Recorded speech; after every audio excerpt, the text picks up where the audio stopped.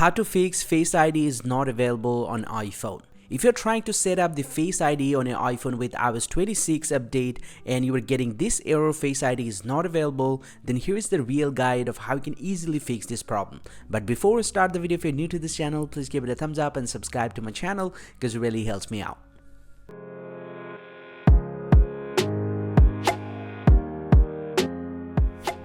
Well, to not fix the Face ID is not available problem, the very first thing that you have to do, simply go and open up the settings app from your iPhone, and from the settings homepage, scroll down a little bit and go and tap on accessibility here.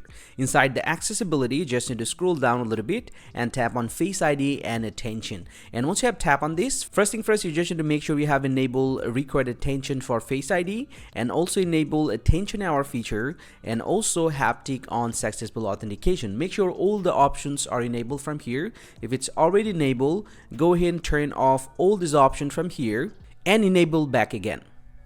And once you have done that, you just need to get back from here, and the very next and easy thing that you have to do, you just need to force restart your iPhone. Go ahead and press and release the volume up, press and release the volume down, and press and hold the power button until you see the Apple logo appears. Once you see the Apple logo, just release the power button and this will automatically force restart your iPhone. And once you get back, your most likely problem is going to be solved, and try setting up your Face ID again. And this is the easiest way of how you can fix the Face ID is not available error on your iPhone. Hope you find this pretty helpful, guys. If you do, please drop a like and subscribe to the channel. Or if you have any question, please let me know in the comment section. I'll see you guys around, and thank you very much for watching.